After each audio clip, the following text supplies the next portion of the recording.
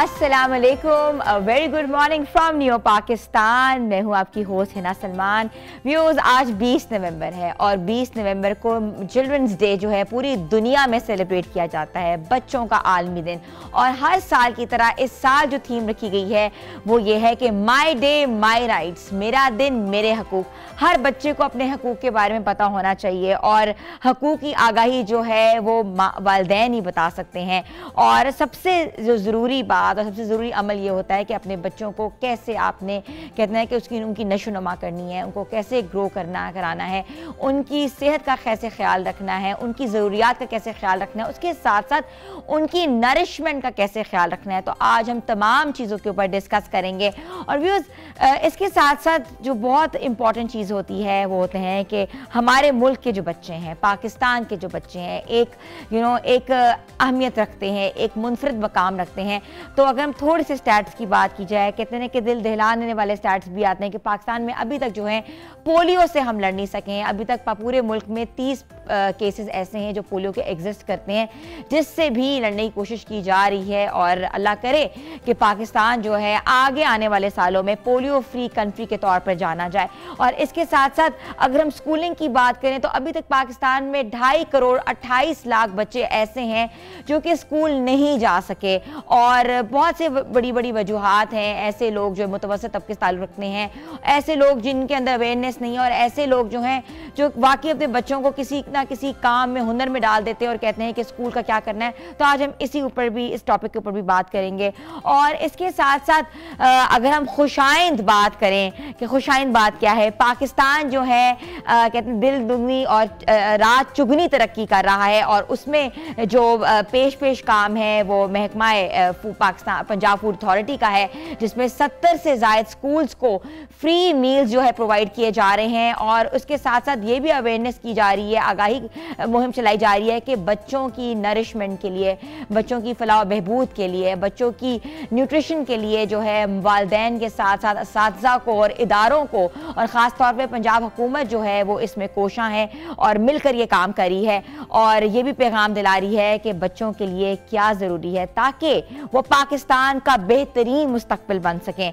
तो आज का बाकायदा शो का हम आगाज़ करते हैं। और शो में आपको मिलवाएंगे डिफरेंट डॉक्टर्स से, न्यूट्रिशनिस्ट से, साइकाइट्रिस्ट से। और स्पेशली हम प्रोग्राम का आगाज़ करेंगे पंजाब फूड अथॉरिटी जो डीजी साहब हैं आसिम जावेद साहब, तो उन्होंने हमें ज्वाइन किया है। वो हमें बताएंगे कि पंजाब हुकूमत जो है वो कैसे काम कर रही है, और पंजाब फूड अथॉरिटी जो उनके बरक्स जो है वो किन किन स्कूल्स में क्या क्या प्रोवाइड कर रही है, कैसे कैसे अवेयरनेस दे रही है, कौन कौन से मुहिम चला रही है बच्चों की ग़िज़ा के ऊपर। तो मैं सबसे पहले आसिम जावेद साहब को वेलकम करती हूँ, क्योंकि आज सर वर्ल्ड चिल्ड्रंस डे है और जो इस बार की थीम है माई डे माई राइट्स के ऊपर है। तो बच्चों के ऊपर ख़ुसूसी जो आप प्रोग्राम चला रहे हैं वो क्या है, कैसा है, और ख़ास तौर पे ये पंजाब हुकूमत की एक बहुत बड़ी कोशिश है। बहुत शुक्रिया आपका। सीएम पंजाब साहबा का जो विजन है उसमें यह है कि हेल्दी किड्स हेल्दी पंजाब। उसमें क्या है कि बच्चे अगर जो हैं वो हेल्दी होंगे तो पंजाब पूरा का पूरा जो है वो हेल्दी होगा। पंजाब फूड अथॉरिटी की रेगुलेशंस भी हैं, educational institutions food standards regulations 2017।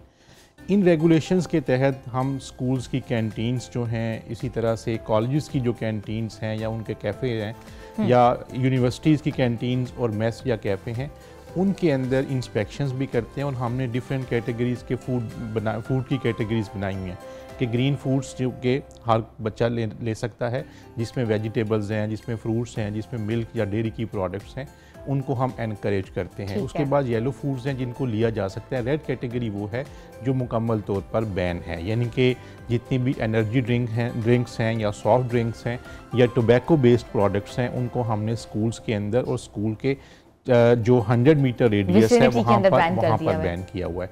अब जहाँ तक स्कूल न्यूट्रिशन प्रोग्राम का ताल्लुक है तो इसके 2 कंपोनेंट्स हैं। एक कंपोनेंट ये है कि हम तमाम प्राइवेट स्कूल्स को, तमाम पब्लिक सेक्टर्स के स्कूल्स में जाके पंजाब फूड अथॉरिटी जो है वो अवेयरनेस कैंपेन्स कर रही है। हमने मटेरियल जो है वो स्कूल एजुकेशन के ज़रिए से तमाम स्कूलों तक पहुंचाया है कि वो अवेयरनेस मटेरियल में हम बच्चों को, उनके पेरेंट्स को, उनके टीचर्स को गाइड कर रहे हैं कि बच्चों के लिए बैलेंस डाइट की क्या अहमियत है, बच्चों के लिए हेल्दी डाइट की क्या अहमियत है। और हम इसके अंदर जो है एक हर महीने में एक दिन जो है स्कूल न्यूट्रिशन डे के तौर पर मनाया जाता है। अच्छा। इसका दूसरा कंपोनेंट जो है ये तो अवेयरनेस है, और अवेयरनेस ऐसी चीज़ है कि जिसमें मैं समझता हूँ कि सबका किरदार है, हमारे मीडिया का, हमारे उलमाए किराम का, हमारे टीचर्स का, तमाम इन्फ्लुएंसर्स का, तमाम, बेशक वो क्रिकेटर है, बेशक वो हॉकी का प्लेयर है, उन सब को ये बात इस तरीके से लोगों तक पहुंचाने की ज़रूरत है कि बच्चों को अच्छी ग़िज़ाएँ खिलाएंगे तो बच्चे सेहतमंद होंगे। बिल्कुल। और आगे आने वाली जनरेशन है, यूथ है आपकी, बिल्कुल ऐसे, बिल्कुल ऐसे। देखें, बच्चे किसी भी कौम का मुस्तकबिल है। आज इस मुस्तकबिल के ऊपर इन्वेस्ट करेंगे तो कल को आपका मुस्तकबिल जो है वो अच्छा होगा। आज ये बच्चे जो हैं, इनकी हेल्थ के ऊपर, इनकी न्यूट्रिशनल वेलबींग के ऊपर अगर इन्वेस्टमेंट की जाएगी तो कल को ये बच्चे ना सिर्फ हेल्दी बॉडीज होंगे बल्कि हेल्दी माइंड्स होंगे और मुल्क की तामीर और तरक्की में अपना किरदार अदा करेंगे। आसिम जावेद साहब, ये बताइएगा कि जो 70 स्कूल्स जो चुने गए हैं वो कौन कौन से स्कूल्स हैं, किन किन विसिनिटी में वो स्कूल्स हैं, बिकॉज लाहौर बहुत बड़ा है, और क्या ये जो सर्विस दी जा रही है ये डिफरेंट डिस्ट्रिक्ट्स में भी दी जा रही है? देखें, जो स्कूल न्यूट्रिशन प्रोग्राम का दूसरा कंपोनेंट है वो है स्कूल मील प्रोग्राम। इसमें पंजाब फूड अथॉरिटी जो है अपने ऑफिसर्स की कंट्रीब्यूशन के साथ और वॉलंटियर्स की कंट्रीब्यूशंस के साथ 70 स्कूल्स जो कि लाहौर के स्कूल्स हैं और उन एरियाज़ के स्कूल हैं जो कि लो इनकम ग्रुप्स के एरियाज़ हैं। फॉर एग्जांपल के रायवन के कुछ इलाके शामिल हैं, उसके अंदर जो अंदरून शहर के इलाके शामिल हैं, उसके अंदर काहना वाली साइड के इलाके जो है ना वो शामिल है। तो हमने तमाम डिस्ट्रिक्ट के अंदर वो क्लस्टर्स लिए जो कि लो इनकम ग्रुप्स के लोगों के जो है ना वो इलाके थे, और उसमें हम जो है वो कुकड मील दे रहे हैं। हर मील जो है वो तकरीबन 470 से 490 किलो कैलोरीज उसमें होती हैं। वो कुकड मील होती है, हॉट मील हम वहाँ पे जाके सर्व करते हैं, और उसमें समटाइम्स जो है वेजिटेबल पुलाव होता है, समटाइम्स पुलाव के साथ जो है वो एक, क्योंकि बच्चों को प्रोटीन की ज़रूरत होती है, कार्ब्स की उनको ज़रूरत होती है, तो उस जो है मीट भी होता है, बाज़ औक़ात सालन होता है, सब्जियां होती हैं, मिक्स वेजिटेबल्स होती हैं। तो ये उनकी ग़िज़ाई ज़रूरियात के, उनको ग़िज़ाई ज़रूरियात क्या हैं, ग्रोथ रिलेटेड जो है ज़रूरियात क्या हैं, ये प्रोग्राम जो बनाया गया है, जो माहिरीन ग़िज़ायात होते हैं जिनको न्यूट्रिशनिस्ट हम कहते हैं, उनकी निगरानी के अंदर ये प्रोग्राम बनाया गया है। और इंशाल्लाह इस वक्त हम 70 स्कूल्स में स्कूल मील जो हैं वो प्रोवाइड कर रहे हैं, और इंशाल्लाह हमारा प्लान है कि हम जो दिसंबर की छुट्टियां ख़त्म होंगी तो इंशाल्लाह इसको रावलपिंडी और उसके अलावा हम इसको फैसलाबाद के डिस्ट्रिक्ट्स में भी लेके चलेंगे। ठीक है। आसिम जावेद साहब, आप, ये बहुत बड़ी एक काविश है पंजाब गवर्नमेंट की साथ पंजाब फूड अथॉरिटी की। बच्चों में क्या चीज़ नज़र आई है? मैल नरिश्ड बच्चे नज़र आए हैं, लागर बच्चे नज़र आए हैं, वीक बच्चे नज़र आए हैं। आपके पास एक रिपोर्ट होगी, सिनॉप्सिस होगा, उसके मुताबिक जो है बिल्कुल आप लोगों ने एक बहुत अच्छा ये स्टेप उठाया है। बच्चों में आज भी कुव्वत मदाफ़ियत के हवाले से या डिफरेंट सर्कमस्टांसिस के हवाले से क्या चीज़ आपको रिपोर्ट हुई है? देखिए, एक तो नेशनल न्यूट्रिशन सर्वे 2018 है, अगर हम उसके स्टैट्स को देखें तो बड़े ही अलार्मिंग स्टैट्स हैं, जिसमें 40% बच्चे जो हैं वो स्टंटिंग का शिकार हैं, 30% बच्चे ऐसे हैं जो आयरन डेफिशिएंट हैं, 25% बच्चे जिंक डेफिशिएंट हैं, और 20% बच्चे ऐसे हैं जो कि विटामिन डी डेफिशिएंट हैं। इसी तरीके से तकरीबन 30% बच्चे ऐसे हैं जो कि अंडरवेट हैं, और 17% बच्चे ऐसे हैं जो कि वेस्टिंग का शिकार हैं, यानी कि उनके हाइट और वेट में जो तनासब होना चाहिए वो नहीं है, और तकरीबन 10% के करीब बच्चे जो हैं वो ओवरवेट हैं। अब ये सिचुएशन ऐसी है, ये फिगर्स इतने अलार्मिंग है कि मैं समझता हूँ कि हमें ग़िज़ाई एमरजेंसी को जो है वो नाफिज करने की ज़रूरत है। दिस इज़ हाई टाइम कि हर बंदा अपना किरदार अदा करे। हमें मदर्स को गाइड करने की ज़रूरत है, उनको बताने की ज़रूरत है कि ये जो बच्चों को आप स्नैकिंग करवाती हैं, जो जंक फूड्स हैं, बच्चे उससे जंक फूड से क्या है। मैं इस पे आना चाह रही थी कि जो एक तो ये तो है ना कि आपने 70 स्कूल में तो मील आप लोग प्रोवाइड कर रहे हैं, मगर वो लोग जो हैं जो जिनकी बच्चों में जो लंच लेके जाते हैं और उनके लंच बॉक्सेस में सिर्फ और सिर्फ होता है क्या, स्नैकिंग होती है या आप पैकेट फूड होता है, प्रोसेस्ड फूड होता है, तो उसके ऊपर आप क्या अवेयरनेस पहुंचा रहे हैं? देखिए, मैं सादा बात करता हूँ। सादा बात यह है कि बच्चों को मौसम की सब्जियां और फल वो आप बच्चे को मिल्क शेक की सूरत में दें, जूस की सूरत में दें, नंबर 1 वो दें। उसके अलावा बच्चों के लिए दही बहुत अच्छा है। बच्चों के लिए जो दूध है वो उनकी कैल्शियम की नीड्स को पूरा कर रहा होता है। एग्स जो हैं बच्चों के लिए बहुत अच्छे हैं। इसी तरीके से बच्चों के लिए खजूर जो है वो अच्छी है। इसी तरीके से बच्चों के क्योंकि वो पढ़ रहे होते हैं, उनको उनके कॉग्निटिव डेवलपमेंट के लिए जिंक और मैग्नीशियम वगैरह की जो है ज़रूरत होती है। तो जो नट्स होते हैं उनके अंदर ये माइक्रो न्यूट्रिएंट्स जो हैं वो शामिल होते हैं। तो आप बच्चों को इस तरह की चीज़ें जब आप खिलाएंगे तो आपका बच्चा जो है वो हेल्दी भी होगा, वो फिजिकली भी हेल्दी होगा और मेंटली भी स्ट्रांग होगा। उसका दिल करेगा कि मैं पढ़ूं। अगर आप बच्चे को जंक आइटम्स के क्या होता है कि बच्चे का पेट तो भर जाता है लेकिन उसकी न्यूट्रिशनल रिक्वायरमेंट्स जो होती हैं वो पूरी नहीं होती, जिसकी वजह से आप देखते हैं कि जो बच्चे ज्यादा जंक फूड खाते हैं वो आपको मोटे नजर आते हैं, ओबीस होंगे। उसके अलावा वो फिजिकली भी इतने एक्टिव नहीं होंगे, उनका दिल करेगा ही नहीं कि वो किसी मैदान के अंदर जाके खेलना शुरू कर दें। बच्चे के लिए डेवलपमेंटल इश्यूज हो जाते हैं उनके अंदर। पढ़ने के साथ साथ उसका खेलना बहुत जरूरी है। बच्चा फुटबॉल खेले, क्रिकेट खेले, हॉकी खेले, कोई ना कोई ऐसी स्पोर्ट्स की एक्टिविटी करेगा तो वो आपका बच्चा हेल्दी भी रहे। अक्सर पेरेंट्स जो होते हैं जान छुड़वाने के लिए सुबह सुबह मदर्स नहीं उठती, वो पैसे दे देती हैं कि जाके कैंटीन से जो मर्जी खा लेना। तो उसके ऊपर कोई रोकथाम है? क्योंकि कैंटीन्स में जो फूड मिल रहा होता है समटाइम्स वो सब इतना अच्छा नहीं होता, सब स्टैंडर्ड होता है, या लोग जो हैं ज़्यादा पैकेट वाली चीज़ें होती हैं और ओवरली चार्ज कर रहे होते हैं बच्चों को। तो इसके ऊपर कोई रेगुलेशन, कोई अथॉरिटी, कोई चेक एंड बैलेंस है? देखिए, पंजाब फूड अथॉरिटी की जैसे मैंने पहले तस्करा किया कि Punjab educational institutions food standards regulations हैं 2017 की बनी हुई। इसके मुताबिक दो चीज़ें, एक तो ये कि जैसे मैंने पहले बताया कि हमने 3 कैटेगरीज़ के अंदर फूड को डिवाइड किया हुआ है और हम इसकी कैंटीन्स की या मेस की इंस्पेक्शंस भी हमारी टीम्स जो है वो कर रही होती हैं। साथ ही साथ हर स्कूल के अंदर एक मॉनिटरिंग कमेटी बननी है। वो कमेटी शुरू में फंक्शनल थी, आज हमने दोबारा से उसके लिए डायरेक्शंस जारी किए हैं। Secretary school education, secretary higher education को हम लेटर करके उनको रिक्वेस्ट कर रहे हैं कि ये तमाम स्कूल्स के अंदर ये बनवाएं, ताकि रोज़ाना तो पंजाब फूड अथॉरिटी की टीम कैंटीन को नहीं चेक कर सकती। और जब वो कमेटी बनी होगी तो हम उससे वीकली रिपोर्ट लेंगे कि उन्होंने कितनी दफ़ा कैंटीन को देखा, वहाँ पे क्या जो है वो वायलेशन थी, ताकि उसके मुताबिक जो है ना हम उसकी एनफोर्समेंट को यकीनी बनाएं। एक चीज़। दूसरा ये है कि जो मैंने पहले तस्करा किया कि जो हम स्कूल न्यूट्रिशन डे हर महीने में एक दफ़ा जो है मना रहे होते हैं, इसके साथ साथ हम कॉलेजेस के अंदर, हम स्कूल्स के जो गर्ल्स के स्कूल्स हैं, क्योंकि गर्ल्स के भी अगर आप देखते हैं ना कि स्टैट्स बड़े ही अलार्मिंग हैं। इसी 2018 के सर्वे के मुताबिक खवातीन फीमेल फोक के 73% खवातीन ऐसी हैं जो विटामिन डी डेफिशिएंट हैं। अब आपको थोड़ी सी बड़ी उम्र में हर खातून जो है घुटनों के दर्द की शिकायत या पसलियों के अंदर, हड्डियों के अंदर दर्द की शिकायत लेके बैठी होती हैं। 56% खवातीन ऐसी हैं जो आयरन डेफिशिएंट हैं। जब भी कोई खातून किसी डॉक्टर के पास एक्सपेक्ट करते हुए प्रेगनेंसी में जाती हैं तो वो क्या करते हैं, उसको फोलिक की टैबलेट्स देते हैं ताकि उसकी आयरन जो है वो पूरी हो। HB जो है उनका लेवल हर खातून का जो कि 12 होना चाहिए, उससे हर खातून का जब तजिया करवाएंगे तो हर समझ लें कि 53% जो खवातीन हैं उनमें HB के 12 से वो काम आएगा। तकरीबन 39% खवातीन ऐसी हैं जो विटामिन A डेफिशिएंट हैं।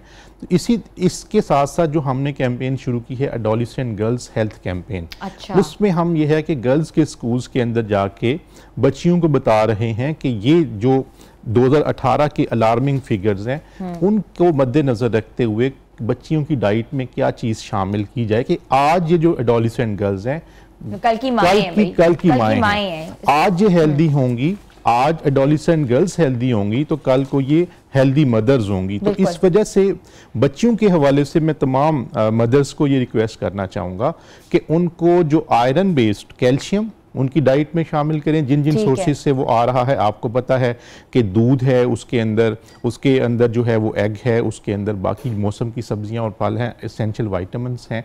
उसके अलावा ग्रीन लीफी वेजिटेबल्स उनको किसी भी उनको जरूर आपने बार-बार हमारे शोज में भी शेयर की है। आपका बहुत बहुत शुक्रिया। हमारे साथ मौजूद है Asim Javed, DG Punjab food authority जो है एक अवेयरनेस जो है वो एक पैगाम दिया है कि अपने बच्चों को जो है बैक टू नेचर पे लेके जाएं, मौसमी सब्जियां, मौसमी फल खिलाएं और मेन्यू जो है वो सेट करना माओं का काम है।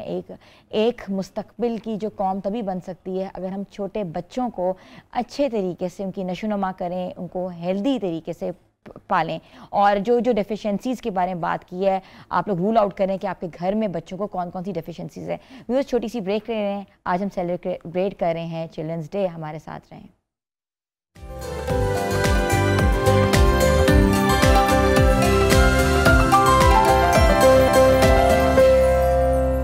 Welcome back viewers. आज बच्चों का आलमी दिन जो है वो सेलिब्रेट किया जा रहा है पूरी दुनिया में और आज हम बात करेंगे छोटे बच्चों की सेहत, नशोनुमा और ग़िज़ाइयत के बारे में। दैट्स वेरी इंपॉर्टेंट क्योंकि कहते हैं ना कि बेहतरीन मुस्तकबिल तभी बन सकता है जब हम अपने बच्चों को अच्छी सेहत जो है वो फराहम करें।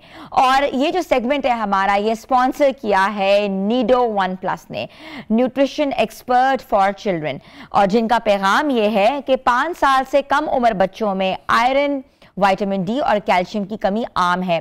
सिर्फ कहते हैं कि 3.6% जो बच्चे हैं वो कम से कम मुनासिब ग़िज़ाई ज़रूरियात जो हैं वो हासिल कर पाए हैं और बाकी सब जो हैं तमाम बच्चे हैं जो नामुकम्मल ग़िज़ाई फ़िज़ाई आलूदगी और पेट के इन्फेक्शन जो हैं बच्चों की क़ुव्वत मुदाफ़ियत को बहुत बुरे तरीके से मुतासर कर रही है।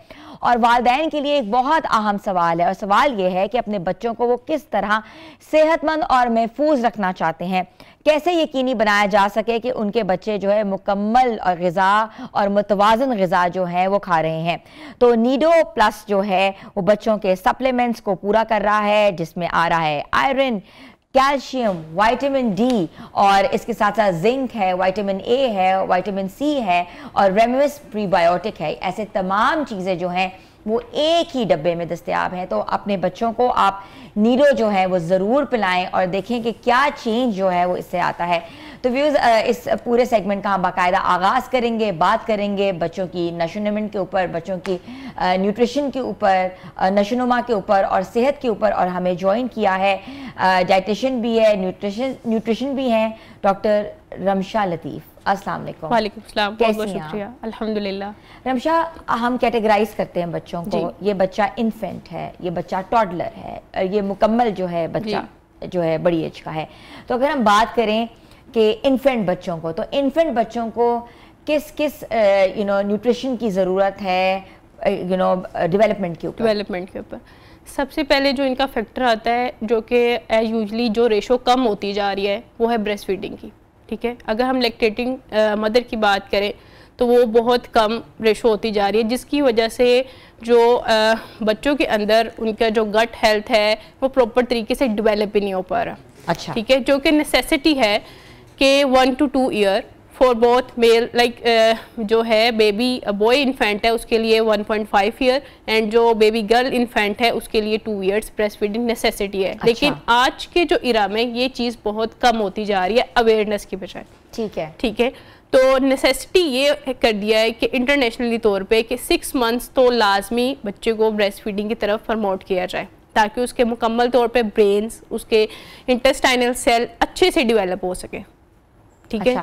रमशा, ऐसा भी तो होता है ना कि जो मदर्स, वर्किंग मदर्स हैं, नहीं टाइम दे सकती या एक टाइम होता है, एक स्केड्यूल होता है बच्चे को फीड कराने के लिए, तो ऐसे बाजार में दूध मिलते हैं जो कि ये कहते हैं कि ये जो दूध है ये माँ की फीड के मुताबिक तैयार किया गया है, तो वो देने चाहिए? बिल्कुल देने चाहिए। ये एक अब इसमें उनकी वालदा की इम्यूनिटी भी बात करती हैं। कुछ जो सिजेरियन वुमेन होती हैं वो प्रॉपर तरीके से नहीं करवा सकती, तो उसके अल्टरनेट में हम जो है फॉर्मूला मिल्क का यूज़ कर सकते हैं हम। अच्छा, ये तो आपने बात की है इन्फेंट्स की। अगर हम बात करते हैं टॉडलर्स की, जो बच्चे थोड़ा बहुत चलना शुरू हो जाते हैं 8 महीने के बाद, जो है टॉडलर का जो एक स्टेटा है वो शुरू हो जाता है, तो टॉडलर्स के लिए क्या ज़रूरी है? टॉडलर्स के लिए भी फॉर्मूला मिल्क नेसेसिटी है। आप बेशक उनको वीनिंग पे, क्योंकि 6 मंथ्स के बाद आपने वीनिंग भी बच्चों को स्टार्ट करवानी होती है, आप फ़ौरन उसको सॉलिड फूड पे नहीं लेके जा सकते।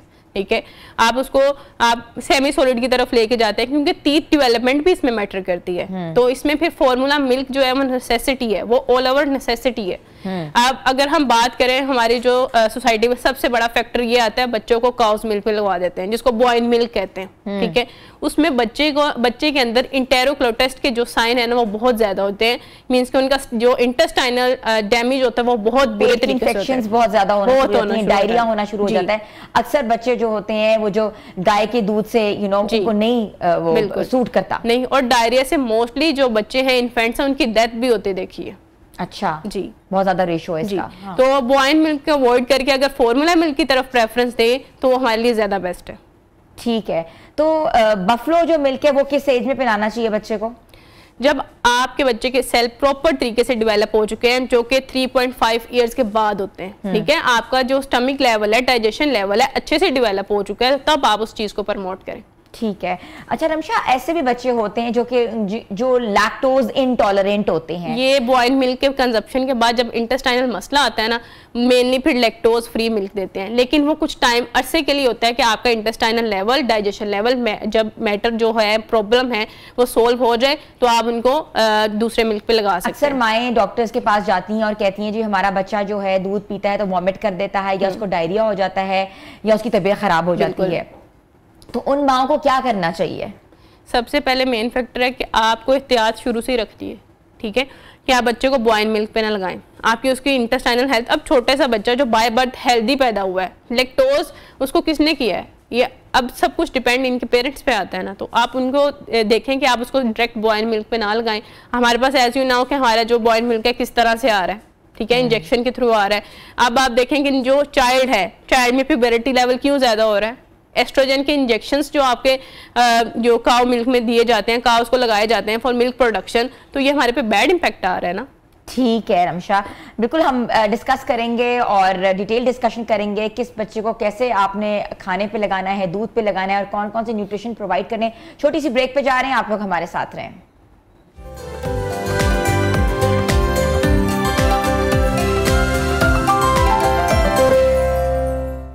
वेलकम बैक व्यूअर्स, हम बात करते हैं बच्चों की सेहत के हवाले से, न्यूट्रिशन के हवाले से, डाइट के हवाले से, कि हमें अपने बच्चों को किस एज में क्या देना चाहिए, क्या खिलाना चाहिए ताकि वो सेहतमंद और मुतवाज़न ग़िज़ा के साथ बड़े हो सकें। तो रमशा लतीफ़ जो है हमारे साथ हैं, हमें बता रही हैं। रमशा, हम बात कर रहे थे बच्चों की सेहत के हवाले से, आपने बताया कि इन्फेंट्स और टॉडलर्स को क्या क्या देना चाहिए, और जो बच्चे दूध नहीं पीते या जिनको प्रॉब्लम्स हैं तो उनको ग़िज़ा में कैसे लगा सकते हैं। थोड़ा डाइट के बारे में बताएं कि 1 साल से लेकर 5 साल की उम्र के बच्चों की डाइट क्या होनी चाहिए, क्या क्या खिलाना चाहिए। सबसे मेन चीज़ है कि बच्चे को हर तरह के फूड से इंट्रोड्यूस करवाना चाहिए। नेसेसिटी नहीं है कि आप एक ही फूड पर रखें, क्योंकि बच्चे की टेस्ट डेवलप करने की एज है, ठीक है। जब आप बच्चे के टेस्ट अच्छे से डेवलप कर लेते हैं, ठीक है, आप उसको किसी भी पॉइंट पे लेके जाएंगे तो वो किसी फूड से डिनाई नहीं करेगा। कभी बच्चे से ये नहीं पूछना कि आपने क्या खाना है, आपने उनको वो देना है जो आपका दिल कर रहा है, ठीक है। आप उसमें उस तरफ प्रमोट करें कि जो आपका दिल कर रहा है आप उनको वो खिलाएं। अच्छा, अक्सर देखा है कि हाँ, हम जब जाते हैं, हमारे सबके बच्चे डॉक्टर्स के पास जाते हैं कि हमारा बच्चा बैंगन नहीं खाता, आलू नहीं खाता, सब्जियां नहीं खाता, फ्रूट में उसको ये नहीं पसंद है, तो ये चीज़ कैसे डेवलप होती है? क्योंकि अक्सर देखा है कि टेस्ट बड्स नहीं बनते, तो क्या वजह है? सबसे मेन चीज़ है कि हम अब अपने बच्चे को खिलाने से पहले ये सोचते हैं खुद खा के कि इसका तो कोई टेस्ट ही नहीं है, इसको क्या खिलाना है, तो ये सबसे अच्छा लगेगा, उसको कैसे अच्छा लगेगा, उसको अच्छा कैसे लगेगा।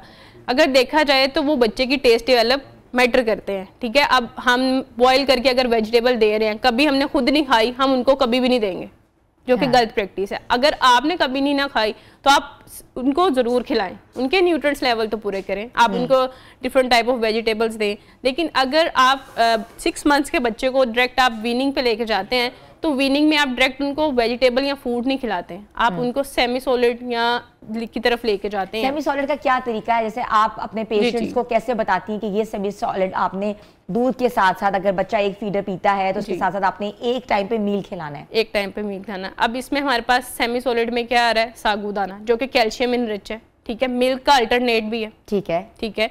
देन हमारे पास उसके बाद पोरिज आता है, सीरियलैक आता है, ठीक है। अगर आप ग्रेन्स वगैरह यूज़ करके, दालें वगैरह यूज़ करके आप खुद घर में अगर सीरियलैक बनाती हैं, वो ज़्यादा हेल्दी है। खिचड़ी बनाते हैं जी, वो।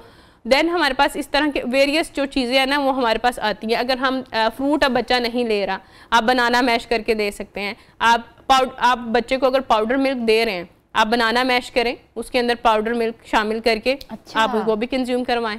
अच्छा, ये आपने बड़ी अच्छी टिप बताई है। देन हमारे पास इस तरह से बहुत सी चीज़ें इस तरह आती हैं। अब एप्पल है, अब एप्पल एक ऐसा है जो हम तरह अडल्ट बंदा भी जो अगर कंज्यूम रात को कंज्यूम नहीं कर सकता अगर डाइजेशन आपकी अच्छी नहीं है, तो बच्चे को हम हमेशा एप्पल से थोड़ा ना लाइक अवॉइड कराएं। अगर कंज्यूम करवाना है तो आप एप्पल को बॉयल करें, उसकी प्यूरी बनाएं, उसको कंज्यूम करवाएं। अच्छा, एप्पल की प्योरी भी बना सकते हैं? बना सकते हैं। अच्छा, सब्जियों के हवाले से बताएं। सब्जियां जो होती हैं वो नहीं खाई जाती इस तरह, क्योंकि थोड़ी हार्ड भी होती हैं, तो सब्जियों के अंदर हम क्या डिफरेंट एक्सपेरिमेंट करके बच्चों को दे सकते हैं? अच्छा, सब्जियों में अगर बात करें तो ये बच्चों की ना ग्रोइंग एज होती है, ठीक है, इनको प्रोटीन की बहुत ज़रूरत होती है। तो अगर हम वेजिटेबल कट करके उनका सूप बना लें, उसके अंदर आप चिकन शामिल करें, आप उनको एज अ सूप उसको कंज्यूम करवा सकते हैं। सेम एज इट आप दालें यूज़ करके जो कि प्रोटीन इन रिच है, आयरन रिच है, विटामिन B12 बहुत उसमें अच्छा है जो हमारे फॉरगेटफुलनेस को इम्प्रूव करता है, ठीक है, आप वो सूप बना के बच्चे को कंज्यूम करवाएं। देन अगर पहली चीज़ तो ये कि हर तरह का फूड कंज्यूम करवाना है। अगर हम बात करें बच्चे, कुछ माएँ कह रही हमारा बच्चा बहुत कमज़ोर है, आप टाटो को अच्छे से बॉयल करें, मैश करें, दही के अंदर शामिल करें, आप उसको कंज्यूम करवाएं। ठीक है, ठीक है। सेम एज इट अगर आपके बच्चे के अंदर कैल्शियम की डेफिशिएंसी आ रही है, विटामिन D की डेफिशिएंसी आ रही है, आप फूल मखाना लें, उसको रोस्ट करके अच्छी तरह, ठीक है, उसका पाउडर बनाएं, पाउडर बना के आप उसको दही में शामिल करवा के खिला सकती हैं, ठीक है। सेम एज इट आप आलमंड्स का इस्तेमाल तो अपने बच्चों को लाजमन कराएं। वो भी आप अगर आपने फूल मखाना इस्तेमाल किया रोस्ट करके, आप जो है उसके साथ ही आलमंड के साथ ही आप उसको अच्छी तरह जो है मिक्सचर बनाएं, उसका ग्राइंड करके को आप जो है पीस लें, ठीक है, हाँ, और उसको आप दूध के अंदर शामिल करके दे सकती हैं, योगर्ट के अंदर शामिल करके दे सकती हैं। देन आप उसमें बनाना ऐड कर सकती हैं। सर्दी जो होती है, जो बच्चे सर्दियों में पैदा होते हैं, जिनकी पहली सर्दी होती है, अक्सर माएँ जो है फीडर के अंदर कच्चा अंडा डाल देती हैं, क्या देना चाहिए दूध के अंदर अंडा? क्योंकि अक्सर डॉक्टर्स कहते हैं कि नहीं देना चाहिए, क्योंकि जब बेसिकली अगर हम अडल्ट्स की बात करें तो वो कंजप्शन कर सकते हैं, क्योंकि उसमें बहुत अच्छी प्रोटीन है और वो लेवल ऑफ फुलनेस भी है। एक पर्सन ने जॉब पे जाना है, 5 बजे तक रहना है, वो इसको कंज्यूम करें, उसको भूख नहीं लगेगी।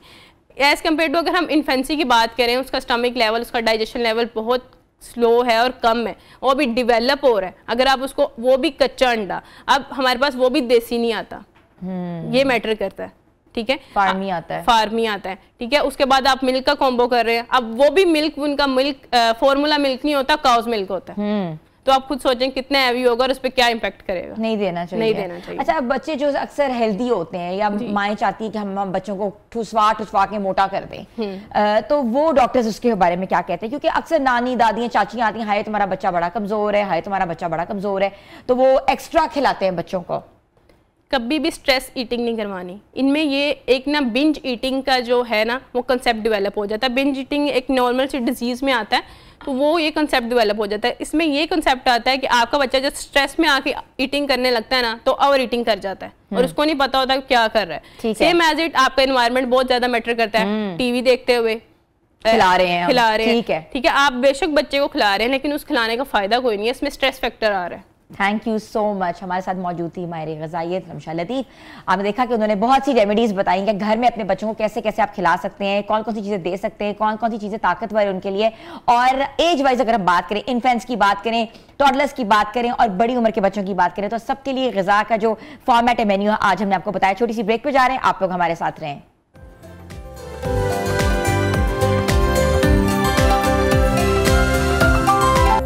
Welcome back viewers. आज जो है आलमी दिन है बच्चों के हवाले से, और हम चाहते हैं कि पाकिस्तानी बच्चों को क्यों ना सराहा जाए, उनकी कंट्रीब्यूशन, उनकी वैल्यूज़। और उन्होंने कहते हैं ना कि पाकिस्तान का नाम पूरी दुनिया में रोशन किया है। मलाला यूसुफजई का नाम सर फहरिस्त आता है, इकबाल मसीह का नाम आता है, अरफा करीम को हम कैसे भूल सकते हैं, उनकी कंट्रीब्यूशन जो थी IT इंडस्ट्री के ऊपर हम कैसे उसको भूल सकते हैं। इसके साथ साथ जो रूही बानो जो हैं, जो कि ईदी चाइल्ड के नाम से पूरी दुनिया में अपना नाम रोशन कर रही हैं, हम कैसे भूल सकते हैं। और अगर हम बात करें आजकल के बच्चों के हवाले से कि आजकल के बच्चे भी पाकिस्तान का नाम रोशन कर रहे हैं, और किसी भी फील्ड में हो, चाहे वो एजुकेशन में हो, चाहे वो सोशल सेक्टर्स पे हो, चाहे वो IT में हो, चाहे वो स्पोर्ट्स के हवाले से हो, तो ये तमाम नाम जो है सारे फेरिस्त हैं। तो व्यूअर्स, आज जो है वर्ल्ड चिल्ड्रन डे के मौके पर बच्चों की काबिलियत, मेहनत और तालीम की उन शानदार कामयाबियों को हम उजागर करेंगे। और पाक टर्फ मारिफ जो स्कूल है उसके हवाले से 2 बच्चियां हमारे साथ आज मौजूद हैं जिन्होंने मैथ्स में एक ने वर्ल्ड डिस्टिंक्शन ली है और दूसरी ने जो सोशियोलॉजी में पंजाब में डिस्टिंक्शन ली है। तो हमने सोचा कि हम आपको उन बच्चों से मुतारिफ करवाएं कि पाकिस्तान में ऐसे बच्चे बच्चियां आज भी एग्जिस्ट करते हैं जो कि पाकिस्तान का इमेज पूरी दुनिया में बरकरार रखे हुए हैं। तो मैं वेलकम करती हूँ लाइबा अली को और ज़ारा को। अस्सलाम वालेकुम। कैसी हैं? पहले मैं ज़ारा की तरफ जाती हूँ। ज़ारा ज़रा कम बोलती हैं लेकिन I want her to speak today. और ज़ारा, आपने जो डिस्टिंक्शन ली है वो पंजाब में ली है सोशियोलॉजी के ऊपर। सोशियोलॉजी एक बहुत डिफरेंट सब्जेक्ट है, ऐसा सब्जेक्ट है जिसमें बहुत दिमाग लड़ाना पड़ता है, लिखना पड़ता है, अंडरस्टैंड करना पड़ता है थेरीज को और आपके सोशल साइंटिस्ट को। तो कैसे सोचा, कभी सोचा था कि आप डिस्टिंक्शन लेंगी पंजाब में? नहीं, बिल्कुल भी नहीं। मैंने सोचा नहीं था कि मेरी डिस्टिंक्शन आएगी और ये मैंने पहले भी बात की हुई है, लेकिन मुझे ये भी नहीं पता था कि मेरा A स्टार आएगा सोशियोलॉजी में। तो अल्लाह का शुक्र है आ गया, क्योंकि सोशियोलॉजी मुझे काफ़ी मुश्किल लगती थी। इंटरेस्ट तो था लेकिन मुश्किल लगती थी ज़रूर, क्योंकि मुझे समझ नहीं आती थी मैं इसको पढ़ूँ किस तरह, क्योंकि वो उसका लाइक नॉलेज वो लाइक वैस्ट था। It like extended over like a long area. तो मुझे ये समझ नहीं आती थी मैं कहाँ से शुरू करूँ और कहाँ पे एंड करूँ। तो डेफिनेटली इट वाज मुश्किल और मैं सोच नहीं सकती थी, लेकिन अल्हम्दुलिल्लाह मेरा डिस्टिंक्शन आ गई। अच्छा, जब प्रिपेयर करी थी एग्ज़ाम के लिए, जब आप लोग दे रहे थे एग्ज़ाम्स, तो क्या सोचा था कि you know why I would like this subject, या मैं इस सब्जेक्ट में जो है वो कैसे महारत हासिल कर सकती हूँ? या होता ना कि एक इंटरेस्ट की बात होती है, जैसे आपने बताया कि आपका इंटरेस्ट नहीं था पहले। इंटरेस्ट पहले थोड़ा बहुत था, लेकिन मेरा शुरू से ये था कि मैं लॉ करूँगी फ्यूचर में। एंड आई थिंक कि अगर आपको लाइक बेटर अंडरस्टैंडिंग होगी कि आप किस तरह के लोगों के साथ डील कर रहे हैं, तो डेफिनेटली उस तरह के फील्ड में जाना ज़्यादा आसान होगा। सो डेफिनेटली सोशियोलॉजी पढ़ते हुए मैं यही सोच रही थी कि अगर मैंने फ्यूचर में करना है, सो ये डेफिनेटली मेरे लिए हेल्पफुल होगा। Okay Laiba, I would come to you. Laiba, maths बहुत डिफरेंट सब्जेक्ट है, बहुत कॉग्निटिव सब्जेक्ट है, बहुत पढ़ना पड़ता है, सोचना पड़ता है। पढ़ने के अलावा आपको अपना माइंड यूज़ करना पड़ता है, और ख़वातीन जो है मैथ्स में अक्सर देखा है कि they don't want to do maths. ठीक है, मे बी अब ट्रेंड चेंज हो रहा हो। तो आपने पूरी दुनिया में जो है मैथ्स में डिस्टिंक्शन लिया ओ लेवल्स में, क्या कहेंगी? आई थिंक सबसे पहले तो it was a very joyous moment for me. जब आप किसी चीज़ के लिए हार्ड वर्क करते हैं और फाइनली उसका रिवॉर्ड मिलता है, तो it's very meaningful and rewarding for you. और मैं अल्लाह ताला की बहुत ज़्यादा शुक्रगुजार हूँ कि मैंने जितनी मेहनत की उसका फल मिला। और दैन मैं यही कहूँगी कि मेरी कामयाबी सिर्फ मेरी कामयाबी बिल्कुल भी नहीं है। मेरे वालिदैन, मेरे असातिज़ा कराम और मेरा इदारा पाक टर्क मारिफ सबकी सपोर्ट के साथ मिलकर मैं मैथ्स कर पाई। और आपने कहा कि अक्सर ख़वातीन मैथ्स को करना पसंद नहीं करती। आई थिंक अब हमारा ट्रेंड काफ़ी यही पढ़ते हैं कि कैसे अब with the rise of feminism जो लॉजिकल सब्जेक्ट्स हैं वो भी काफ़ी ज़्यादा इंकरेज किया जाता है कि वुमेन इन सब्जेक्ट्स को लें। और amongst my peers the trend I've observed is कि अब सबको मैथ्स कंपैरेटिवली और साइंसेज में स्टेम फील्ड्स में काफ़ी ज़्यादा इंटरेस्ट है, हो रहा है, इंटरेस्ट हो रहा है। Definitely. अच्छा, anything you want to talk about it? जब आप तैयारी करी थी तो क्या चैलेंजेस आपने फेस किए, और आपने ये एग्जाम जो है O1 में दे दिया, दैट वाज लाइक 2 साल पहले ही आपने एग्जाम ही दे दिया, क्यों?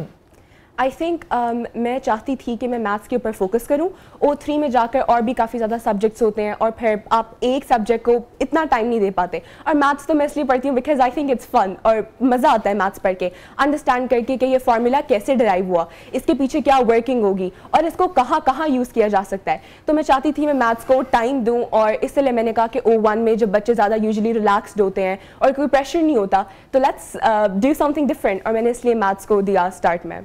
ओके, मैं ज़ारा, आपने जो सोशल साइंसेस के ऊपर डिस्टिंक्शन भी ली है, आपने पेपर जब सॉल्व किया, कुछ चैलेंजेस आपने फेस किए तैयारी करते वक्त या पढ़ते वक्त? क्या होता है ना कि sometimes you need to rote memorise some things, तो अक्सर भूल जाता है।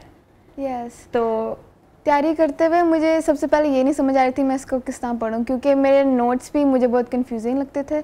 तो उसकी वजह से मैंने अपनी बहन से हेल्प ली ऑब्वियसली, और मैंने अपने पेरेंट्स से भी ऑब्वियसली सपोर्ट ली, और इस तरह करके मैंने अपनी टीचर से भी ली ऑब्वियसली, मिस बुशरा, उनसे भी ली। और चैलेंजेस आई थिंक बस यही थे, लेकिन हाँ बस यही था।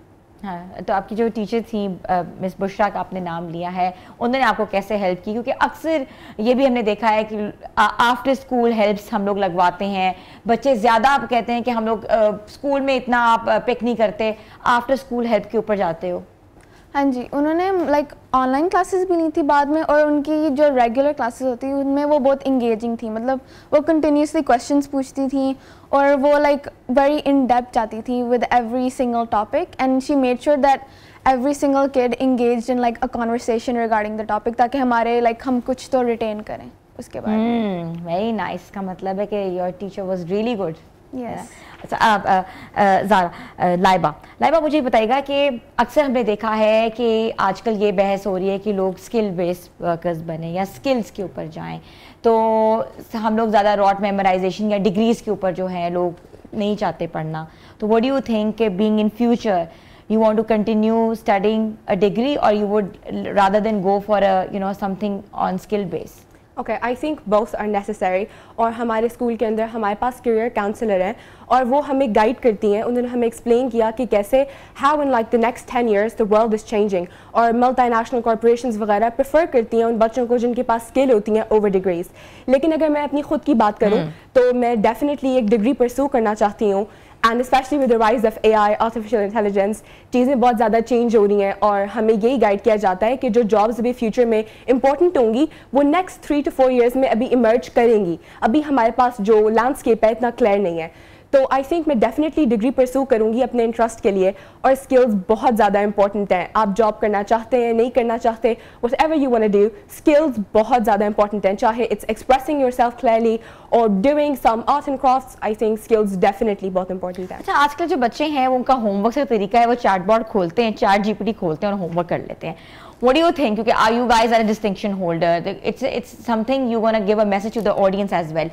Chatbots जो हैं homeworks में या preparations में कितना ज़रूरी है?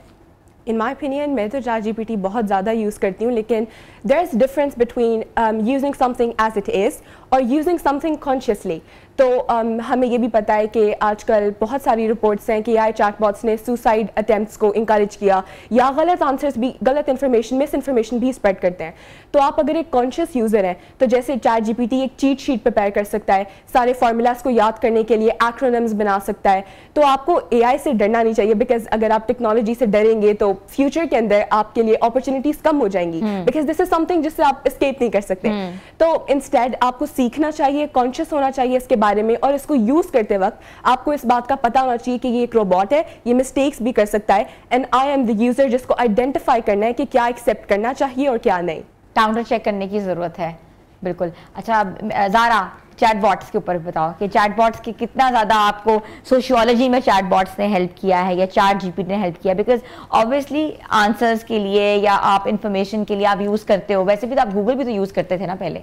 यस फॉर श्योर, मैं डेफिनेटली यूज़ करती थी थोड़ा बहुत सोशियोलॉजिकल, लेकिन द थिंग इज़ ये AI chatbot के regarding issue is not like black and white, मतलब it can be two things at once, it can be completely disastrous. मतलब अगर आप अपना सारा आंसर मतलब AI से जनरेट करवाओ और आप खुद दिमाग बिल्कुल ना इस्तेमाल करो, तो then it will definitely affect you as well. लेकिन if you just use it for like some guidance, for example जैसा मैं यूज़ करती थी for like references to add in questions के जिस तरह फेमिनिस्ट परस्पेक्टिव के बारे में हो, then I'll ask like ChatGPT for example what examples I can use to support my answer.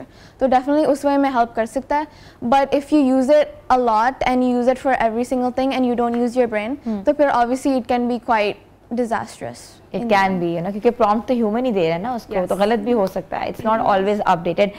अच्छा, थोड़ा प्लेजरिज्म के ऊपर बात करते हैं, आप दोनों से बात करती हूँ। प्लेजरिज्म इज़ बहुत कॉमन एक वर्ड है जो कि पाकिस्तान का बहुत बड़ा इशू है। जितने भी स्कॉलर्स हैं पाकिस्तान के जो भी उनके डेस्टिनेशंस आते हैं या रिसर्चेस आती हैं तो बार बार चेक किया जाता है। प्लेजरिज्म के ऊपर what do you think about yours कि रॉट मेमोराइजेशन जो है वो कितना ज़रूरी है या करनी चाहिए नहीं करनी चाहिए, और कोई चीज़ अगर प्लेजराइज करेंगे तो उसका तरीका क्या है? Okay, so if I talk about plagiarism, मेरे पास मुझे ग्लोबल पर्सपेक्टिव्स के लिए अपनी इंडिविजुअल रिपोर्ट लिखनी थी कुछ दिन पहले ही, और मैं जितने भी एमफिल ग्रेजुएट्स हैं, PhD ग्रेजुएट्स हैं, university of management technology, UET, NUST वगैरह, इनके रिसर्च पेपर्स पब्लिश होते हैं, तो मैं सबको रिव्यू करी थी अपनी रिपोर्ट के लिए, एंड आई रियलाइज्ड कि इनमें से हाफ से ज़्यादा प्लेजराइज थे। तो आई फील लाइक हमारे स्कूल में हमें ये गाइडलाइंस दी जाती हैं कि अगर आप कोई भी काम करें, हमारे पास टीचर्स प्रॉपर चेक करती हैं उससे कि आपने AI से तो नहीं कॉपी किया या किसी और रिसोर्स से तो नहीं लिया, प्लेजराइज करने का कोई फ़ायदा तो नहीं होगा। अगर आप चाहते हैं कि आपका ग्रेड आ जाए तो टीचर्स और well educated and aware of this, वो आइडेंटिफाई कर लेते हैं कि ये बच्चे का अपना काम है नहीं, तो ग्रेड तो आपको मिलना नहीं है। और अगर आप खुद को कुछ सिखाने के लिए कह रहे हैं तो वो तो पॉसिबल ही नहीं है। जब आप किसी का कुछ कॉपी करेंगे, you do not use your own brain and mind, और आप कुछ समझेंगे नहीं, तो ना आप कुछ सीखेंगे ना ग्रेड आएगा। तो आई थिंक कि इसको अवॉइड करना चाहिए। रादर किसी चीज़ से इंस्पिरेशन ड्रॉ करें, इंस्पिरेशन के ऊपर बिल्डअप करें अपने आइडियाज़ के साथ। अच्छा, हमारे स्कूल्स में normally because you guys are grown up, knowledge producing factor क्यों नहीं है? नॉलेज हम लोग कहते हैं कि आप किसी भी सोर्स से ले लें, किताबों से ले लें, गूगल स्कॉलर से ले लें, डिफरेंट ऐप से ले लें, तो हम खुद नॉलेज क्यों नहीं प्रोड्यूस कर सकते? तो आई थिंक प्रैक्टिकल अप्रोच बहुत इंपॉर्टेंट होती है। फॉर एग्जांपल हमारे स्कूल पार्क ट्रिक मारिफ में we have equip labs chemistry के लिए, फिजिक्स के लिए, बायोलॉजी, कंप्यूटर साइंसेस। तो अगर आप ऑलरेडी एग्जिस्टिंग थेरीज को रिव्यू करते हैं, उनको रॉट मेमोराइज करते हैं जिस तरह के आपने कहा, और बस लिख कर ख़त्म किया, तो डेफिनेटली कोई क्रिएटिविटी या इनोवेशन नहीं आती अनलेस आप जाके प्रैक्टिकल एक्सपेरिमेंट्स करें, अपना ब्रेन यूज़ करें और अपने आप को एक्सपोज करवाएं टू ऑल द थिंग्स जो जैसे मुसलमानों का गोल्डन पीरियड था, ऑल द साइंटिस्ट जिस तरह इब्ने हाशिम और जितने भी थे, आप एक्सपेरिमेंट जब खुद करते हैं तब आपको, आई think it's magic, science is like magic. जब आपको एक्सपेरिमेंट खुद करते हैं तो आप जो रियलाइज करते हैं, उस रियलाइजेशन के अंदर जो इनोवेशन होती है उससे नॉलेज प्रोड्यूस होती है। तो I think you guys think कि नॉलेज प्रोड्यूस होनी चाहिए रादर देन, ऑब्वियसली, डेफिनेटली। उसके थॉट्स के बेस्ड ऑफ मैं कह सकती हूँ कि हमारी एजुकेशन सिस्टम इस तरह सेटअप हुई हुई है कि बच्चों को दिल ही नहीं चाहता कि मैं खुद से कुछ सीखूं। वो बस अपना पढ़ाई करते हैं और वो अपने ग्रेड्स के लिए सिर्फ करते हैं कि आगे हमने यूनिवर्सिटी में जाना है। They don't do it for self learning और गेटिंग एनी एक्सटेंसिव नॉलेज, तो उनको शौक नहीं चढ़ता। इसलिए जिस तरह हमारे स्कूल में प्रैक्टिकल लर्निंग लाइक ज़्यादा होती है, इसलिए that definitely inspires us to learn more, and I think definitely that's like something that दूसरे स्कूल्स को ऑप्ट करना चाहिए रादर देन जैसे आपके ग्रेड कितने आए हैं या मार्क्स कितने आए हैं। अच्छा, आप दोनों को लगता है कि मार्क्स मैटर करते हैं? आई डोंट थिंक सो कि मेरे क्लास 5 में मार्क्स क्या थे इस्लामियात में या उर्दू में। यू थिंक सो कि मार्क्स मैटर करते हैं? Definitely not. अगर if you are not retaining any information और अगर आप कुछ सीख नहीं रहे हो तो फिर मार्क्स का कोई फ़ायदा नहीं होता। कोई फ़ायदा नहीं है। अच्छा, वर्ल्ड चिल्ड्रन डे है आज and we are celebrating this day and being you guys are doing really well in your lives, बाकी स्टूडेंट्स को, यूथ को, छोटे बच्चों के लिए आप रोल मॉडल्स हैं, क्या मैसेज देंगे? First I will go to Laiba. The one message I'd give is stop believing in your potential. Unless आप ये बात रियलाइज़ करें कि मैं कुछ करने के केपेबल हूँ और मेरे अंदर एबिलिटीज़ हैं, जब तक आप उनको रिकग्नाइज कर कर इर्द गिर्द से सपोर्ट नहीं लेते उसको पॉलिश करने के लिए, तब तक आप कुछ कर नहीं सकते। जिस तरह अल्बर्ट आइंस्टाइन का एक बहुत फेमस कोट भी है कि I am not a genius, मैं बस बहुत ज़्यादा पैशनेट हूँ और क्यूरियस हूँ। तो अपने अंदर की क्यूरियोसिटी को एकेडमिक प्रेशर की वजह से don't just let it die off there. तो आप अपने अंदर की पोटेंशियल को पहचानें, खुद पर बिलीव करें और अपनी क्यूरियोसिटी को कभी भी बुक्स की वजह से या एकेडमिक प्रेशर की वजह से ख़त्म ना होने दें। Thank you. And Zara, I think जिस तरह हम बच्चे हैं ना अभी, तो we should definitely stop being like so self dependent. हमें लाइक दूसरों पे डिपेंड करना बहुत ज़रूरी है। जिस तरह लाइबा अपने पेरेंट्स पे और अपनी टीचर्स पे, अपने बहन भाइयों पे डिपेंड करती, मैं भी बिल्कुल उस तरह ही करती थी। फॉर एग्जांपल अगर मैं पढ़ रही हूँ ना, तो मैं डेफिनेटली अपनी मामा से पूछूंगी कि मैं ये रिवाइज़ करूँ तो आप सुने मेरे से, इस तरह करके। तो definitely stop being completely self dependent and believe in yourself obviously and ask others for help whenever you need it. Thank you so much Laiba Ali, thank you so much Zara. और बहुत स्ट्रॉन्ग मैसेजेस हैं आपके। आई होप जो audience सुन रही है उनके लिए बहुत फ्रूटफुल हों। तो व्यूअर्स, ये कामयाबियाँ जो हैं बच्चों की मेहनत है, असातिज़ा की रहनुमाई और वालिदैन के ताउन के साथ ही हो सकती हैं। जिस तरह कि आपने देखा कि हमने आपको मिलवाया ऐसी बच्चियों से जिन्होंने, एक ने पंजाब में डिस्टिंक्शन ली है, इन्होंने वर्ल्ड में डिस्टिंक्शन लिया मैथ्स के ऊपर, सोशियोलॉजी के ऊपर, ऐसे सब्जेक्ट्स हैं जो कि ख़वातीन के लिए हमेशा से चैलेंजिंग लगते हैं, मगर इन बच्चियों ने कर दिखाया है कि अगर आपके इरादे मजबूत हों तो कोई भी चैलेंज जो है आप आराम से कबूल कर सकते हो, बल्कि नाम भी रोशन कर सकते हो, जिस तरह इन बच्चों ने किया है। तो आज वर्ल्ड चिल्ड्रंस डे है, हम लोग सेलिब्रेट करें, बट आप लोग हमारे साथ रहें।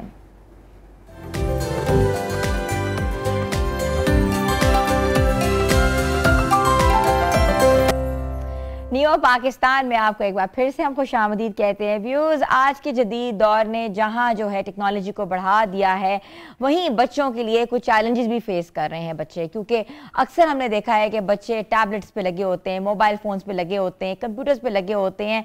खाना खाते वक्त, सोते वक्त, उठते वक्त, नहाते वक्त उनका दिल चाहता है कि हर वक्त जो है टैबलेट उनकी आंखों के सामने हो और वो कुछ ना कुछ करते रहें। उस टैबलेट या उस टेक्नोलॉजी से जो असरात मुरतब हो रहे हैं बच्चों के ऊपर, हम आज जानेंगे। और हमें ज्वाइन किया है साइकाइट्रिस्ट भी हैं, माहिर नफ्सियात हैं, सोफिया सुहेल साहिबा, जिनको हम शो में वेलकम करते हैं। अस्सलाम वालेकुम। अस्सलाम वालेकुम। कैसी हैं सोफिया साहिबा? अल्हम्दुलिल्लाह, आप कैसी हैं? बिल्कुल ठीक। सोफिया साहिबा, आज हम वर्ल्ड चिल्ड्रन डे सेलिब्रेट कर रहे हैं और बच्चों की हर चीज़ के ऊपर हम लोग ना निशानदेही कर रहे हैं। जहाँ जहाँ प्रॉब्लम्स हैं, जहाँ जहाँ जो है कामयाबियाँ भी हैं, उनको भी हम लोग सराह रहे हैं। मगर सबसे बड़ा मसला जो है बच्चों का टेक्नोलॉजी का ओवर यूज़, कि उनको लगता ये है कि जब तक उनकी आंखें मोबाइल फ़ोन पे या टैबलेट पे नहीं होंगी, उनकी ज़िंदगी जो है वो चलेगी नहीं। और जब उनसे वो चीज़ ले ली जाती है कुछ घंटों के लिए, तो क्रेविंग शुरू हो जाती है, हाइपर हो जाते हैं, बदतमीज़ी शुरू कर जाते हैं। हर घर का मसला है। हम कैसे इस मसले को कर्व करें? देखिए, सबसे पहले तो शुरू में आपने देखना, जब आपका छोटा बच्चा है ना, आपने उसको स्क्रीन टाइम कम से कम करवाना है। मसला ये कि उसको हम अवॉइड नहीं कर सकते। अगर आप सोचें कि हम अवॉइड कर दें, ऐसा पॉसिबल नहीं है, लेकिन उसकी टाइमिंग हम सेट कर सकते हैं। पेरेंट्स जब शुरू में अर्ली 2 इयर्स में, ख़ासतौर पर अर्ली 3 इयर्स में, कम से कम टैबलेट या किसी भी किस्म का टैब का, मोबाइल का, स्क्रीन का इस्तेमाल कम करवाएं। होता क्या है कि अगर आजकल मदर्स क्या कर रही हैं, खाना खाना है, टैब दे देती हैं, बच्चा खाना खा लेगा, बच्चे की तवज्जो नहीं रहती है। और आपको पता है, जब अगर दिमाग के साथ अगर आप फूड ईटिंग नहीं करते हैं, प्रेजेंस के साथ नहीं करते, तो उसके वो इफ़ेक्ट नहीं आते जो कि आने चाहिए। तो बहुत ज़्यादा जो स्क्रीन टाइम है वो बच्चों में हाइपर एक्टिविटी पैदा कर रहा है, सोशल इंटरेक्शन कम कर रहा है, वर्बल प्रॉब्लम्स आ रहे हैं बच्चों को, क्योंकि आप इतने ज़्यादा स्क्रीन टाइम के आदी हो जाते हैं कि आपके जो प्लेयर इफेक्ट है वो बहुत ज़्यादा बढ़ जाता है। और जब आपने अभी बात की ना, एडिक्शन हो जाती है, क्रेविंग हो जाती है। Craving is about player. आपको प्लेयर फील होता है और आपका जो प्लेयर है वो बार बार आपको डोपामिन जो है वो बार बार आपको इंसिस्ट करता है कि जी आपने दोबारा स्क्रीन टाइम करना है। तो हम बड़े हैं, हमें पता होता है व्हाट्सएप पे कोई मैसेज नहीं आया, लेकिन हम फिर भी खोलते हैं और देखते हैं, बिकॉज हमारा जो डोपामिन है उसका इफेक्ट बहुत ज़्यादा स्ट्रॉन्ग हो गया। और बच्चों में ज़्यादा ऑब्वियसली, क्योंकि वो छोटे होते हैं, उनको मैनेज करना नहीं आता, अपने आप को डिस्ट्रैक्ट करना नहीं आता, तो उनका फोकस वहीं रह जाता है। ये स्क्रीन टाइम के ऊपर ये जो लफ्ज़ है, पहले तो हमारी ज़िंदगियों में होता ही नहीं था। ये तो कुछ सालों से ये स्क्रीन टाइम शुरू हो गए। हम लोग स्क्रीन टाइम को कैसे कम कर सकते हैं? और ख़ासतौर पे जो आपने बताया है, कौन कौन सी बीमारियां जो हैं न्यूरोलॉजी के हिसाब से या ब्रेन के हिसाब से जो हैं वो सामने आ रही हैं? देखिए, स्क्रीन टाइम जो है वो बेसिकली, देखिए 2 डिसऑर्डर्स बहुत ज़्यादा बच्चों में कॉमन है, एक ऑटिज़म और ADHD। जी बिल्कुल। ठीक है। ADHD क्या है? हाइपर एक्टिव हो जाता है बच्चा, बच्चे में कंसंट्रेशन कम होती है, वो बैठ नहीं सकता, कंसंट्रेशन नहीं कर सकता किसी भी चीज़ में, चाहे वो खेल है उसका, चाहे वो इसकी अटेंशन डेफिसिट हो जाता है। अच्छा, इसमें ये मैनेजेबल है। और इसमें हम स्क्रीन टाइम जब हम करते हैं, बताइए कि ये न्यूरोलॉजिकल प्रॉब्लम है, इसका ताल्लुक स्क्रीन से नहीं है, ये हमारे बाय बर्थ जेनेटिक्स में आते हैं बच्चों के साथ। जो ऑटिज़म है उसमें वो कॉम्प्लिकेटेड ज़्यादा है, वो एक डिसऑर्डर है जो कि क्योरेबल नहीं है, मैनेजेबल है। डॉक्टर साहब, मैं आपसे पूछना चाह रही हूँ कि क्या ऐसा होता है कि जो बच्चा ऑटिस्टिक है, और ये कहा जाता है कि आपकी मदर ने या तो बहुत मोबाइल यूज़ किया है या कुछ ना कुछ ऐसा हुआ होगा तो बच्चा ऑटिस्टिक आता है, या ये कोई जेनेटिकल इशू है? देखिए, ऐसा कुछ भी नहीं है। मदर ने अगर आज से 20 साल पहले कहाँ मोबाइल से मदर कहाँ देखती थी, ऐसा नहीं है, ये जेनेटिकल प्रॉब्लम। लेकिन ऑटिज्म इतना ज़्यादा भी नहीं था। ऑटिज्म इतना ज़्यादा नहीं था। इसकी बहुत सारी रीज़न है, एक रीज़न नहीं है, बहुत सारी रीज़न होती है, मल्टीपल रीज़न। सर्कमस्टांसेस भी ऐसे होते हैं, कुछ चीज़ें होती है, स्ट्रेसफुल माहौल होता है, माँ बहुत टेंस हो, फादर की बहुत ज़्यादा एज हो, तब भी ऑटिज़म हो सकता है बच्चे को। तो ये डिफरेंट फैक्टर्स होते हैं, इसको हम ये नहीं कह सकते, स्क्रीन से रिलेट नहीं कर सकते। देखिए, ऑटिज़म बेसिकली क्या है? ऑटिज़म में बच्चे के वर्बल प्रॉब्लम्स होते हैं, बच्चा सोशल इंटरेक्शन नहीं कर सकता, बच्चा रिपीटेटिव थॉट होते हैं, बिहेवियर्स रिपीट करता है। एक अगर ये टेबल पे यहाँ चीज़ रखी है, उसको बार बार उठाकर यही करता रहेगा, 2 घंटे 4 घंटे यही करता रहेगा, एक ही चीज़ को रिपीट करता है। इसके लेवल डिफरेंट होते हैं, लेवल 1, लेवल 2, लेवल 3 होते हैं। होता क्या है, जब यही बच्चा, ऑटिस्टिक बच्चा जब स्क्रीन टाइम करता है, तो उसकी सिम्टम जो ऑटिज़म है वो बहुत ज़्यादा बढ़ जाता है। सेम इसी तरह ADHD है। ADHD में प्रॉब्लम ये होता है कि बच्चा जो है कंसंट्रेट नहीं कर पाता, इसलिए अक्सर बच्चे जो हैं वो ना ही वो एजुकेशन लेवल में अच्छा बेहतर कर सकते हैं, ना ही वो किसी के बैठने का मसला है, टेंशन का मसला है, तो कोई स्किल सीखने में प्रॉब्लम होती है उनको। लेकिन जब वो स्क्रीन टाइम ज़्यादा करते हैं तो अगर बीमारी, अगर आप एग्जाम्पल के तौर पे अगर वो 20% होती है तो वो इन्हेंस होकर 40 से 60-80% पे चली जाती है। तो स्क्रीन टाइम जो है वो अफेक्ट करता है। जहाँ तक नॉर्मल बच्चों की बात है जो बिल्कुल कोई बीमारी के साथ नहीं है, जो इलनेस के साथ नहीं है या कोई डिसऑर्डर के साथ नहीं है, उसमें क्या है कि बच्चे हाइपर हो रहे हैं। बिल्कुल, बच्चों को प्लेजर चाहिए हर वक्त, बच्चों का टेंशन स्पैन है वो बहुत ख़राब हो रहा है। आप ये देखें रील्स देखने का बहुत कॉन्सेप्ट हो गया, एक सेकंड की रील्स जो हैं वो बेसिकली प्लेजर क्रिएट करती हैं और फोकस को कम करती हैं और टेंशन स्पैन वीक हो रहा है। तो ये आप बड़े भी देख लें, पहले आप देखें यूट्यूब पे जो कोई भी वीडियो होती थी वो अगर 10 से 15 मिनट के लोग देखते थे, अब 1 मिनट 2 मिनट 30 सेकेंड टिकटॉक इसीलिए होगा कि 30 सेकेंड 1 मिनट में बहुत पूरी चीज़ देख लेते हैं। तो इसलिए ये जो स्क्रीन टाइम है वो बहुत ज़्यादा हाइपर एक्टिविटी पैदा कर रहा है। डॉक्टर मुझे ये बताइएगा कि बच्चों की जिस्मानी और जज्बाती सेहत पर स्क्रीन टाइम के जो असरात मुरतब हो रहे हैं, हम इसको कैसे कम कर सकते हैं? एक बच्चा जो है वो ऑलरेडी जो है वो कर रहा है स्क्रीन टाइम, अब पेरेंट्स क्या करें, कैसे कम करें? क्योंकि कम करते हैं तो बच्चा हाइपर है, नहीं पढ़ता, ना सोता है, ना खाता है, ना पीता है और एकदम से लागर हो जाता है। अच्छा देखिए, 2-3 चीज़ें हैं बहुत ज़्यादा ज़रूरी है। मेरे पास पेरेंट्स आते हैं, अक्सर 3 साल के बच्चे को ले आते हैं कि इसकी काउंसलिंग करें। ठीक है, देखें पेरेंट्स को काउंसलिंग की जरूरत है। देखिए बच्चे को स्क्रीन टाइम की आदत किसने डाली है? पेरेंट्स ने डाला। ठीक है, पेरेंट्स हैं, उनको शुरू में दे दिया, बच्चों के डेवलप होगी। सबसे पहले तो आपने कोशिश करी 2 से 3 साल तो कम अज़ कम आपने स्क्रीन टाइम नहीं करवाना, क्योंकि देखिए अब स्कूल में बच्चा जब जाता है तो अक्ल वहाँ भी टैब्स यूज़ हो रही हैं। तो 3 साल तो कम अज़ कम आप वेट करेंगे, बच्चे को स्क्रीन टाइम ना दें आप। अगर वो बच्चा इसका आदी हो गया है, बिलफर्ज अगर हो गया है, तो आप बच्चे को बताएं कि बेटा ये स्पेसिफिक टाइम है, इसमें आपको मिलेगा। उसमें बच्चा जिद करे, नीचे लेट जाए, रोए, आपने उसकी जिद पूरी नहीं करनी। जब पेरेंट्स जिद पूरी करते हैं तो बच्चा दोबारा रिपीट करता है। तो आपने एक दूसरी बात ये कि बच्चे बहुत इरिटेट होते हैं, गुस्सा करते हैं, चीखते चिल्लाते, सिंपल सा टूल है, उठाएं उसको ना ही डांटना है, ना ही शाउट करना है, उसको गले लगा लें। बड़ी अच्छी बात की है, बल्कि इसी बात से हम अपना अगला सेगमेंट भी आपके साथ करेंगे। आप लोग हमारे साथ हैं व्यूअर्स, हमारे नफ्सियात भी हमारे साथ हैं। सोफिया सोहेल साहिबा हमें बहुत इंपॉर्टेंट चीज़ें बता रही हैं कि बच्चों का स्क्रीन टाइम हम कैसे कम कर सकते हैं। छोटी सी ब्रेक पे जा रहे हैं।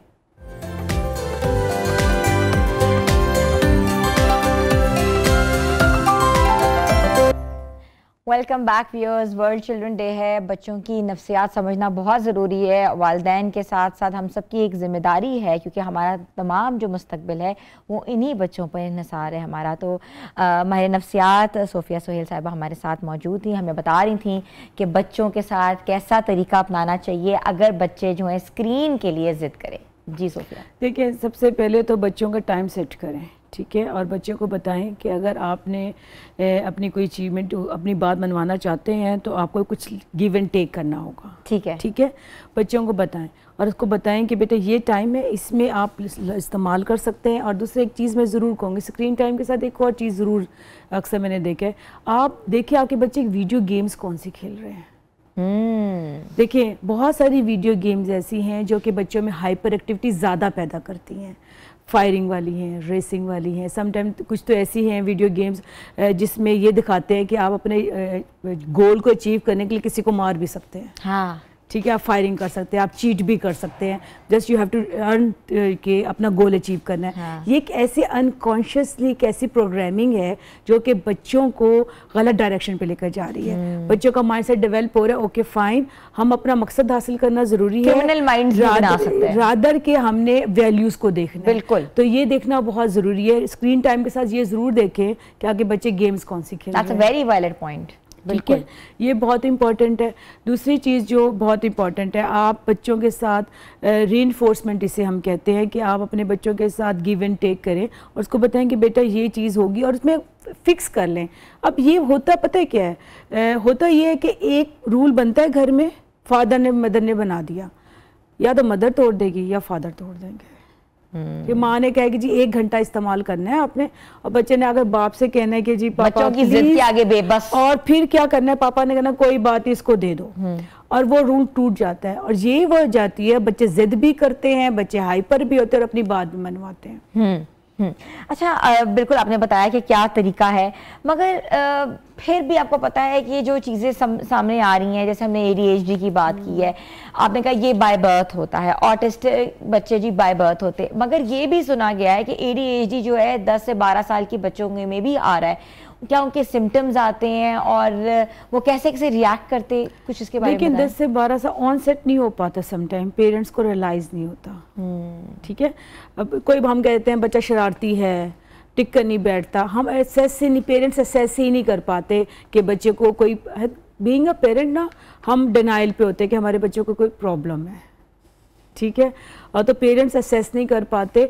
और जो ADHD है बच्चों में मौजूद होता है, कुछ एलिमेंट में, कुछ लेवल्स पे होता है, लेकिन स्क्रीन टाइम से वो बहुत ज़्यादा बढ़ जाता है। अच्छा, बढ़ जाता है। इसलिए कहा जाता है कि 10 से 12 साल में बच्चों में बहुत ज़्यादा आ जाता है, ऑनसेट होता है। ऑनसेट तो अर्ली एज में अगर हो जाए तो पता चल जाए, चीज़ों को मैनेज किया जा सकता है, लेकिन ज़्यादा देखिए जितनी वो इलनेस फैल जाती है या आपका डिसऑर्डर फैल जाता है, उसको कंट्रोल करना भी इतना ही मुश्किल होता है। ठीक है, सोफिया साहिबा, बच्चों की जितने भी एग्जाम्स ऑनलाइन हो रहे हैं, बच्चे पढ़ रहे थे ऑनलाइन, कोविड के बाद से हमने एकदम से एक चेंज आया, ठीक है, बहुत डिफरेंट किस्म का चेंज आया, एक्सेप्ट करना समटाइम्स बहुत मुश्किल हो गया, हर चीज़ ऑनलाइन हो गई थी।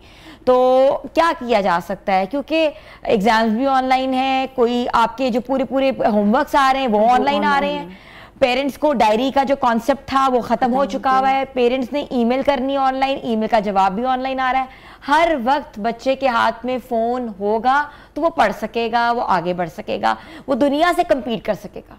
एग्जैक्टली क्या करें? असल में देखें, उसका भी एक टाइम होता है।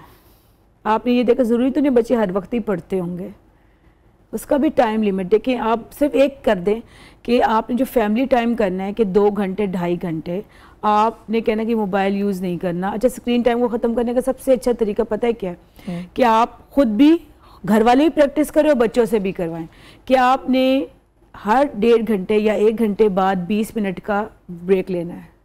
ठीक है, ठीक है, आपकी स्क्रीन एडिक्शन कम होना शुरू होगी। उसके बाद 2 घंटे बाद 1 घंटा आपने मोबाइल नहीं देखना। ये जो स्पैन्स है ये आपको हेल्प आउट करते हैं आपके न्यूरोट्रांसमीटर को नॉर्मल करने में, आपका जो प्लेयर फैक्टर्स को नॉर्मल करता है। तो आपको ब्रेक्स लगाने हैं, क्योंकि ज़रूरी है, पढ़ाई ज़रूरी है, आपको दुनिया से compete भी करना है, तो ये कंपलसरी हो गया है। इसीलिए मैंने आपको शुरू में कहा था इसको हम अवॉइड नहीं कर सकते।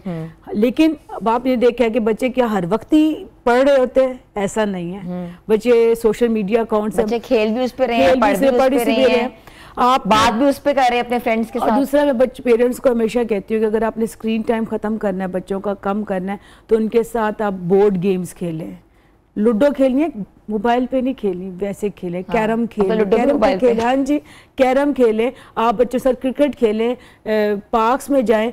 उससे क्या होता है, बच्चे को पता चलता है कि अच्छा इसके अलावा भी एक्टिविटीज़ हैं, तो इससे बच्चे डिसिप्लिन भी ज़्यादा होते हैं। स्क्रीन टाइम, मोबाइल से बच्चे डिसिप्लिन नहीं होते, इसीलिए पेरेंट्स शिकवा करते हैं बच्चे हाइपर हैं, बच्चे खाना खाते हैं, क्योंकि डिसिप्लिन है ही नहीं, क्योंकि वो हाथ में मौजूद है। जब बच्चे एक ग्राउंड्स में जाएंगे, बोर्ड गेम्स खेलेंगे, तो डिसिप्लिन ज़्यादा होगा। अच्छा, वही वाली बात है ना सोफिया जी कि हर चीज़ आपने इस आले में, शैतानी आले में डाल दी है। ठीक है, तो हम कैसे फिर भी बताएं कि बोर्ड गेम्स हैं, फुटबॉल है, हर चीज़ ज़रूरी है, क्योंकि पेरेंट्स को खुद एफर्ट करनी है ना। हाँ, ये आपने बड़ी अच्छी बात की है। पेरेंट्स एफर्ट नहीं कर पाते ना।